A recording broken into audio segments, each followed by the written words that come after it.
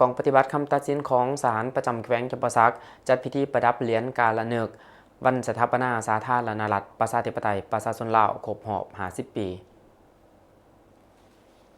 กองปฏิบัติคำตัดสินของศาลประจำแขวงจำปาสักได้จัดพิธีประดับเหรียญกาละเนิกวันสถาปนาสาธารณรัฐประชาธิปไตยประชาชนลาวครบรอบ50 ปีโดยได้รับเกียรติจากทานคำพันธ์บุญภาคมรองรัฐมนตรีกระทรวงยุติธรรมเป็นประธานพิธี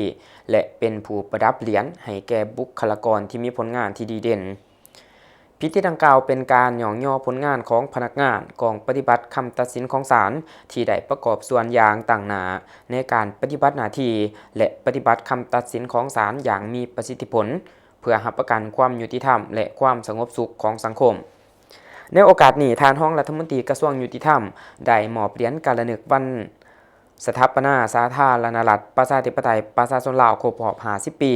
เหรียญใส่แห่งงานพร้อมทั้งใบหย่องย่อให้แก่บุคลากรที่มีผลงานดีเด่นเป็นการสุกยู่ให้พวกเขาสืบต่อประกอบส่วนในการพัฒนาภารกิจยุติธรรมของศาลต่อไป